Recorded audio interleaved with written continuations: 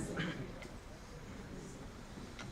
thank the God for giving me again a time to say a few words from the Bible, and I hope I will deliver something to you which will be good for the glory of the God. Before that, I have a prayer request. I'm like, it was a plan. I was like a couple of years back. I was looking for buying a business, and on October 16th, I'm going to sign buying a business, and so I need your prayers. It's kind of a big risk and too much work. I need God's favor on this. It's too much on stake, so I hope it will be good for me. But I need your prayers for that. Because whatever you know, it's all God's mercy on you, which can lead to you. Okay, today, before that, I want to read a verse from Ezekiel 8, verse 7 to 12. Ezekiel 8, verse 7 to 12. Then he brought me to the entrance to the court. I looked and saw a hole in the wall. He said to me, "Son of man, now dig into the wall." So I dug into the wall and saw a doorway there. And he said to me, "Go in and see the wicked and detestable thing they are doing there." Can you put it, please? Ezekiel 8, 7 to 12. Okay. So I dug into the wall and saw a doorway there. And he said to me, "Go and see the wicked and detestable thing they are doing there." So I went and looked, and I saw portrayed all over the wall all kinds of crawling things and the unclean animals, all the idols of Israel. In front of them stood 70 elders of Israel.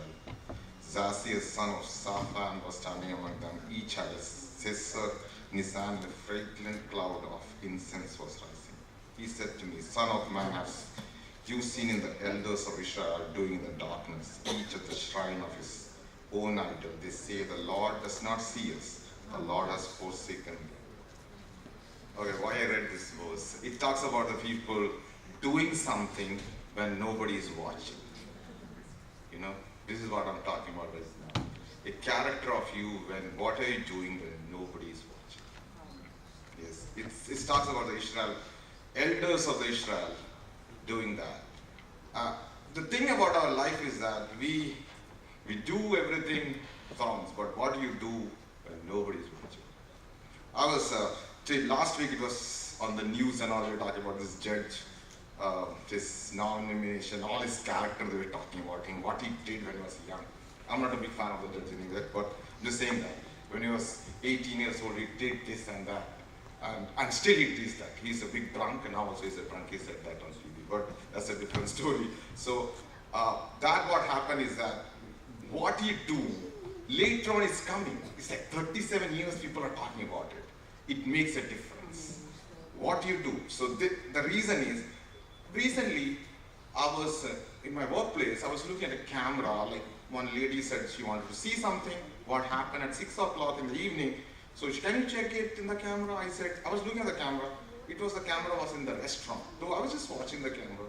One girl in the workplace, she was cleaning the place. I saw her cleaning, and then suddenly I saw her. She took we have this juice machine. You can get the juice. So she went and took the juice, a big jar of juice, and she picked it, went to the register, opened the register, and paid for it. I was so impressed. Nobody was watching. She could have not paid for it, but she was an honest person.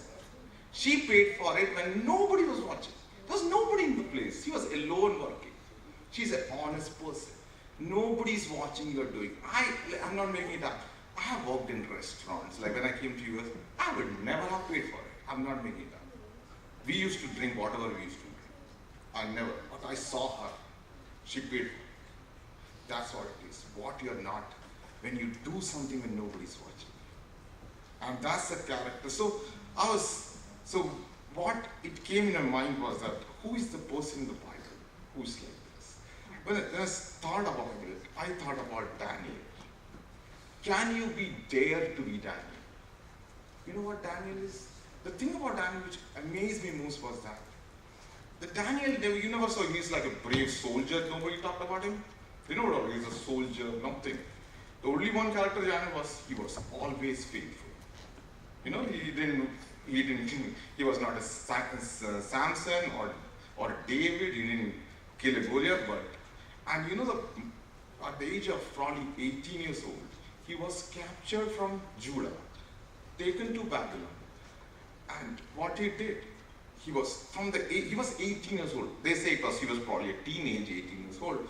And when they gave him food for their own traditional, you went to a new land, you are a prisoner there. They wanted to train him in their own ways.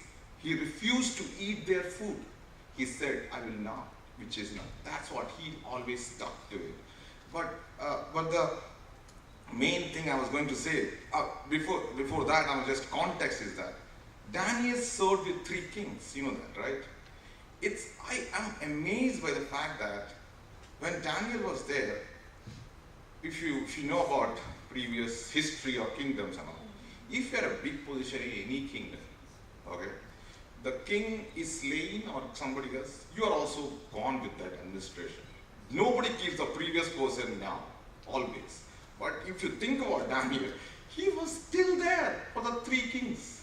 You know, if you say the previous king was slain and Darius became the king, Darius still kept him.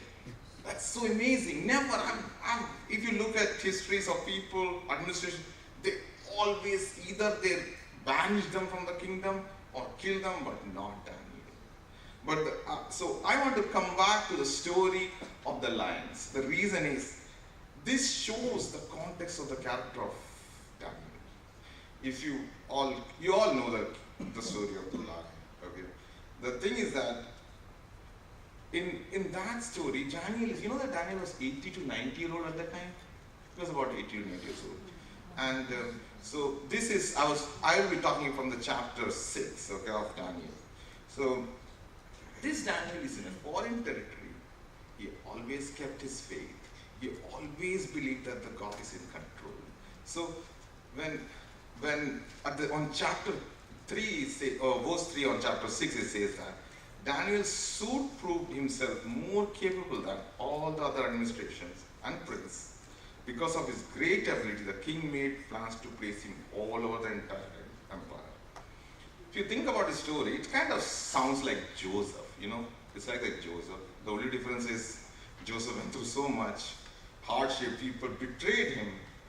On his own people, this story is about people who are like an enemy, like, you know, competitors who are betraying him. It's kind of a Joseph story. So if you look at the history of the Jews, they kind of spent all their Jews, if you look at the history, they have spent most of the time in captivity. You know, if you look at it, they were all the time they were in captivity in foreign places, Egypt. If you later on in Europe, they were always in. So in all these circumstances, there were Jews like Daniel who always stuck to their faith. They never went to that culture and stuck to their faith. That's the thing. In the foreign lands also, they are what they are. And people were not happy with Daniel. They wanted to find something wrong in him because they cannot stand this outsider person is the second to the king. I think at that time, if you look at his history, he would be one of the most powerful man in the world because Darius used to be a big king. He used to rule. Darius king was the ruler of Babylon, Persia, and all that surrounding area. So that time, these were one of the biggest nations in the world. So if you think about it, kings are not that smart. You know, they are kind of a kingdom, but the people who run them are the one who makes the laws and all. So Daniel would be one of the most powerful person in the kingdom, and maybe in the world at the time. And people were not happy with him. They want to put him down. That's what life happens. When you are doing good, there are always people in this life who will push you down. Daniel had this person. So the other administration and princes began searching to find fault with Daniel. What is like something wrong? He may be corrupt. He has some bad things he's doing. They looked around he opened all the books. When you say that in a business, when you open the books of any business, you can find something. You always look for it. That's how you find for it. They looked around the books. They looked everything. They wanted to find something. They couldn't find anything. The only thing they found was this: Daniel prays to a God which they don't pray. They immediately knew. They wanted to put him down. And they knew they have a king who is not that smart cookie, He was not a smart guy, the king. So he went to the king and said up like, King, let's long live Darius. Let's make a rule that nowadays for the next 30 days nobody should pray to God other than you. And the king like, wow, everybody's going to pray me, good for me. He didn't think through it. He didn't think through it. That's the problem. Lot of big administrations, people, and if you look at the history, they don't think through it. They listen to these smaller persons, do decisions, then they regret it. And that's what happened.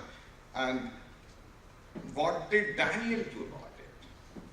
When Daniel heard this news, he said, when Daniel learned the law has been signed, he went home, knelt down as usual in the upstairs room, with his windows open towards Jerusalem. He prayed 3 times a day, just as he always done, giving thanks to the Lord.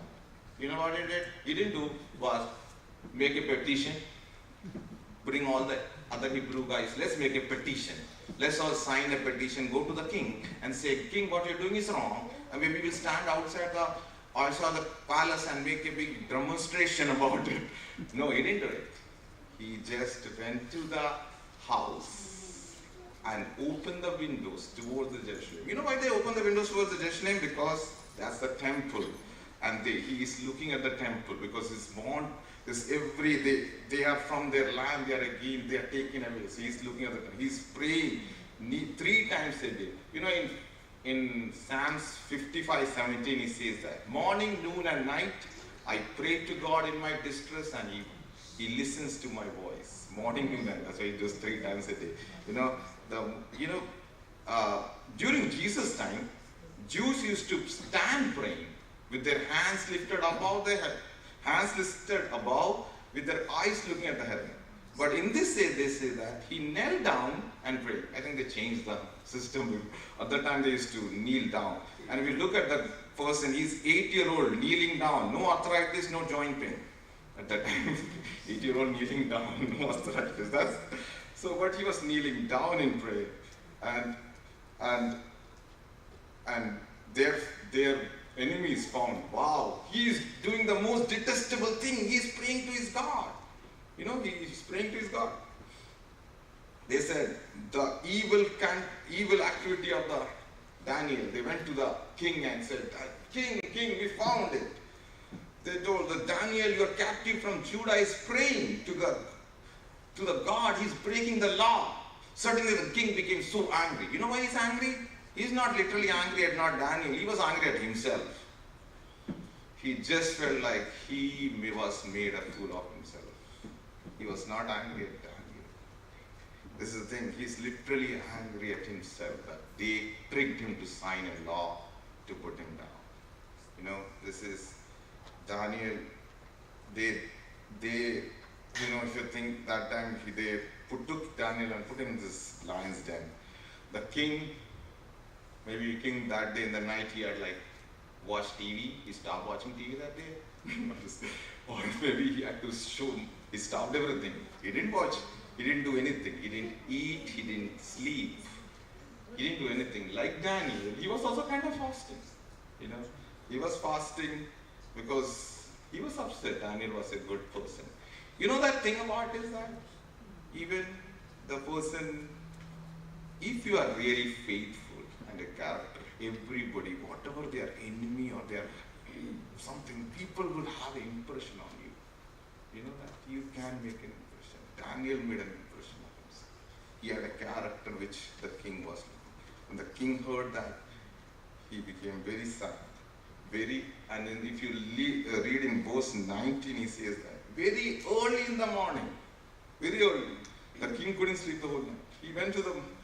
He hurried to that lion's den, and he called out in anguish. It was like a very painful, he was saying, Daniel, servant of the living God, he says that also. With you, with living God. Was your God able, you worship and able to save you? He's saying, so in his hand, he knew that in a way. So what Daniel did, if I was Daniel, I would have said, let him be in anguish for some time. I'm not going to say anything. Seriously, I would do that. This is the purpose. Like, I will let him be miserable for some period of time, right? Like, the way he treated me, he should never have done it. And so, he would have like, let it go, let him be suffering for a few minutes, then I will maybe come back and say, you know what? But no, Daniel is a nice guy. He says that.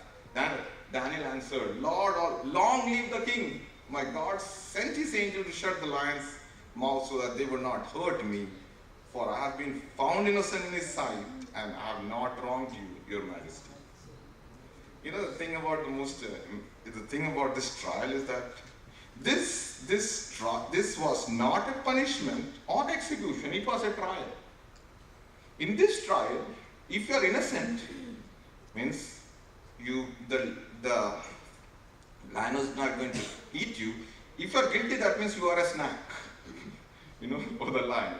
So this was kind of a trial, like, in older times they moved to, I'm talking about not old, that old, like I'm talking about 14th century and 15th century. It was a big problem in Europe where they used to put, like people who are like demon worshippers, they used to catch these ladies and say, you are witches and all. There was a big problem there. So they used to throw them in the water. If you come out of it, you are innocent. If you drown, you are bad. So there's no trial. It's not Judas. There's no just, but the board they call it Judas prudent. What is that like? It's a trial without any trial. Like it's no trial at all. This is like you put there, that's why there was no trial in Daniel's case. Okay, let's come back to it. So the king wanted to know whether maybe the lion may not be at all hungry. Maybe it's just like that. I saw a video where one time this man got some mental issues. He jumped on that. In a zoo, the lions are. He jumped on the lion's den. The lions never bothered him. They were fine. They never bothered him. They were just sitting there. He was standing there. So it's a video. And this lion, so they were very full. They don't need the man. But this man, he was crazy. He went and started hitting the lion. So literally then lead had to attack him, but he didn't die or anything like that, he was hurt. So probably the king would have thought, like maybe it's just a fluke, like maybe the lions are. So what they did, he asked all the people who went against him, who conspired to go against Daniel, what they did, he put them in the place, before it says that in the Bible.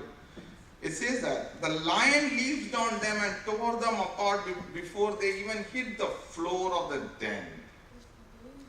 That means that's how he's showing that the Lord really spared Daniel in a miraculous way. Now, there are, if you think about it, there are a lot of times in the Bible God doesn't spare also. Sometimes people have died. If you know about Polycarp, the bishop, Polycarp, he says that when Polycarp himself was arrested and told to recant his faith to Christ, to which he responded, I have served him 86 years and no way he dealt unjustly with me. How can I blaspheme my king who saved me? The Procol responded, I have wild beasts, I will throw you into it unless you change your mind. He replied, call for them, for a change for better to worse is impossible for us, but it is laudable to change the evil to good. Polycarp, they didn't put him in the wild beast, they set him on fire and he died. There are people who died for Christ. But in the Daniel's contest, because Daniel was in a foreign land, God wanted to show the king and others what time. Everything is a purpose. But the whole point of this Daniel story I was looking at is that he always had, like God, he gave God his full control on his life. He never did. His character always showed that. He was a guy who was never, like, I'm amazed by the fact that 3 kings took him. That was how great he was. And how can we as a person, like, you know, if you have God's every time in your control, and you give him the total, he will help you in all the ways. Thanks for giving me the time. My time is up. God bless you all.